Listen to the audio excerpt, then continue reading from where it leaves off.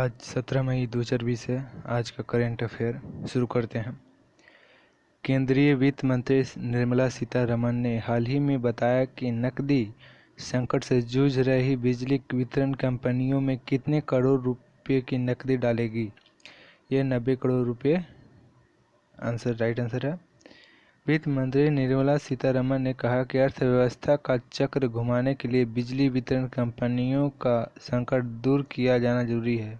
उन्होंने कहा कि बिजली वितरण कंपनियों को उनकी होने वाली लेनदारी के एवज में दोनों समान किस्तों में नकदी उपलब्ध कराई जाएगी।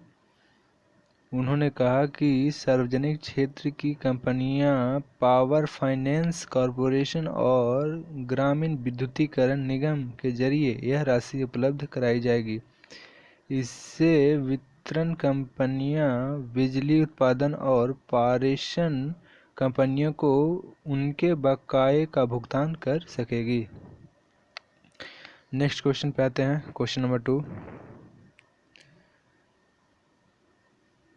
किस राज्य सरकार ने प्रशिक्षित युवाओं के लिए स्वरोजगार के अवसर पैदा करने और कौशल विकास के अवसरों को पेशकश करने के लिए होप पोर्टल लॉन्च किया?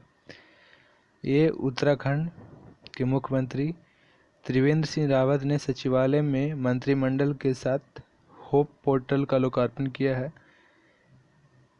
इस पोर्टल से उत्तराखंड में रहने वाले उत्तराखंडी जो जुड़ेंगे ही प्रदेश से बाहर रह रहे और काम कर रहे प्रवासी भी कनेक्ट हो पाएंगे।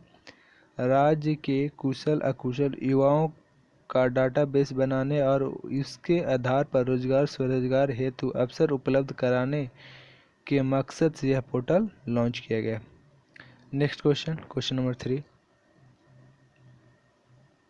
हाल ही में किस देश में किए गए एक अध्ययन में चिकित्सकों ने कोविड-19 के संपर्क में आने वाले बच्चों में कावासाकी रोग जैसे लक्षणों वाले एक असामान्य बीमारी के फैलने के बारे में जानकारी दी है?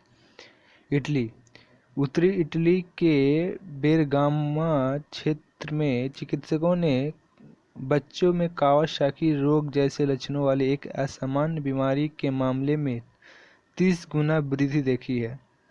कावासाकी एक असामान्य रोग है जो मुख्यतः 5 वर्ष से कम आयु के बच्चों को प्रभावित करता है। इस रोग पीड़ित व्यक्ति के शरीर में रक्त वाहिकाओं में सूजन हो जाता है। बुखार, हाथ पैरों में सूजन, ओठ और गले में जलन और सूजन आदि इस बीमारी के प्रमुख लक्षण हैं। यह रोग मरीज के शरीर में हृदय को सबसे गंभीर रूप से प्रभावित करता है। क्वेश्चन नंबर 4, नेक्स्ट क्वेश्चन पे आते हैं। इससे पहले आपको एक न्यूज़ बताना चाहता हूँ कि आपका करंट अफेयर का PDF आपका टेलीग्राम चैनल पे उपलब्ध है। आपको PDF इसका टेलीग्राम चैनल पे आपको मिल जाएगा। अब क्वेश्चन शुरू करते हैं। नेक्स्ट क्वेश्चन नंबर 4, केंद्रीय स्वास्थ्य मंत्री डॉक्टर हर्षवर्धन ने कोविड-19 मरीजों की जांच के लिए हाल ही में किस नामक परीक्षण मशीन राष्ट्र को समर्पित की है? कोवास 6800। इसमें क्या है?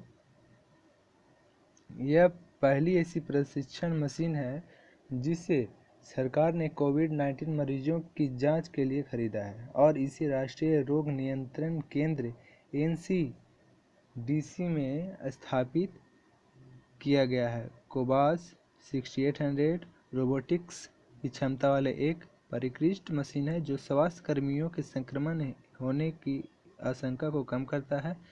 सरकार ने यह प्रतिदिन 1 लाख परीक्षण करने की क्षमता विकसित कर ली है। NCDC अब पूर्ण रूप से स्वचालित कोवास 6800 परीक्षण मशीन से लैस है जो वास्तविक समय में PCR परीक्षण करने में सक्षम है। Next question number 5, Vande Bharat अभियान का दूसरा चरण 16 मई से किस तारीख तक चलेगा? ये 22 मई तक चलेगा। 16 मई से 22 मई तक इसका दूसरा चरण है। कोरोना वायरस वैश्विक महामारी के चलते देश से बाहर विदेशों में फंसे भारतीयों को वंदे भारत मिशन के तहत वापस लाया जा रहा है। इस मिशन का दूसरा चरण 16 मई से 22 मई तक चलेगा। इसके तहत 31 देशों में फंसे भारतीयों को लाया जाएगा। इस दौरान 149 उड़ानों का संचालन किया जा सकता है। Next question, question number 6। प्रधानमंत्री नरेंद्र मोदी ने 12 मई 2020 को रात 8 बजे देश के नाम अपने संबोधन में कोरोना वायरस के कारण उपजे आर्थिक हालात को सुधारने के लिए देश के लिए कितने लाख करोड़ रुपए की घोषणा की है? ये 20 लाख करोड़ रुपए की घोषणा हुई है। प्रधानमंत्री मोदी ने कहा कि यह आर्थिक पैकेज आत्मनिर्भर भारत अभियान की अहम कड़ी के तौर पर काम करेगा। 20 लाख करोड़ का ये पैकेज भारत की जीडीपी का करीब 10% हिस्सा है। कहा जा रहा है कि इसके जरिए देश के विभिन्न वर्गों और आर्थिक कड़ियों को जोड़ने में बल मिलेगा। 20 लाख करोड़ रुपए के पैकेज की घोषणा के बाद भारत दुनिया के उन चुनिंदा देशों की सूची में शामिल है जिसने जीडीपी का बड़ा हिस्सा दिया है। Next question, question number 7। हाल ही में किस देश ने FeedChess.com ऑनलाइन नेशन कप खिताब अपने नाम किया? ये चीन ने किया। चीन ने अमेरिका को हराकर ये खिताब जीता, अपने नाम किया है। चीन ने कोरोना वायरस के कारण दुनिया भर में लगे लॉकडाउन के बीच पहली बार आयोजित FeedChess.com ऑनलाइन नेशन कप शतरंज खिताब जीत लिया। 6 टीमों के बीच भारत का 5वां स्थान मिला। चीन ने राउंड रोबिन दौड़ में शानदार प्रदर्शन किया और सुपर फाइनल में अमेरिका से 2-2 का ड्रॉ खेला, जो उसे खिताब दिलाने के लिए काफ़ी था। अमेरिका को दूसरे, यूरोप को तीसरे, रूस को चौथा और भारत को 5वां और शेष विश्व टीम को 6ठा स्थान मिला। Next question, question number 8। केंद्रीय कृषि मंत्री नरेंद्र सिंह तोमर ने हाल ही में किसानों को ऑनलाइन पोर्टल के माध्यम से अपने फसल को उपज बेचने की सुविधा प्रदान करने हेतु राष्ट्रीय कृषि बाजार ENM के साथ कितने नई मंडियों का एकीकरण किया है? 177। एकीकृत की गई मंडियां गुजरात में 17, हरियाणा में 26, जम्मू कश्मीर में 1, केरल में 5, महाराष्ट्र में 54, उड़ीसा में 15, पंजाब में 17, राजस्थान में 25, तमिलनाडु में 13 और पश्चिम बंगाल में 1। 177 अतिरिक्त मंडियों के शुभारंभ के साथ देश भर में ENM मंडियों की कुल संख्या 962 है। इसके पहले 785 मंडियों को 17 राज्यों और 2 केंद्र शासित प्रदेशों में नाम के साथ एकीकृत किया गया था, जिसमें 1.66 करोड़ किसान, 1.30 लाख व्यापारी और 71,911 कमीशन एजेंट थे। राष्ट्रीय कृषि बाजार नाम भारत सरकार की एक अत्यंत महत्वाकांक्षी और सफल योजना है। Next question, question number 9। Madhya Pradesh के मुख्यमंत्री शिवराज सिंह चौहान ने कारखानों में काम की अवधि 8 घंटे से बढ़ाकर कितने घंटे कर दिए हैं? ये 12 घंटे कर दिए हैं।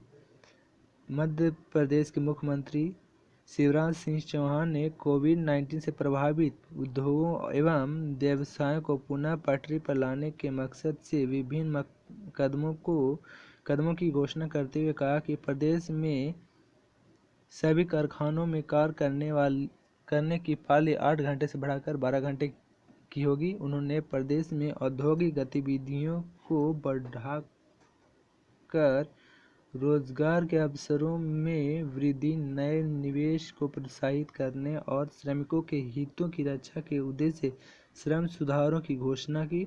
उन्होंने कहा कि कारखानों, दुकानों, ठेकेदारों और बीड़ी विक्रेताओं निर्माताओं को खोलने के लिए पंजीयन और लाइसेंस का कार्य 3 दिन के स्थान पर 1 दिन में होगा।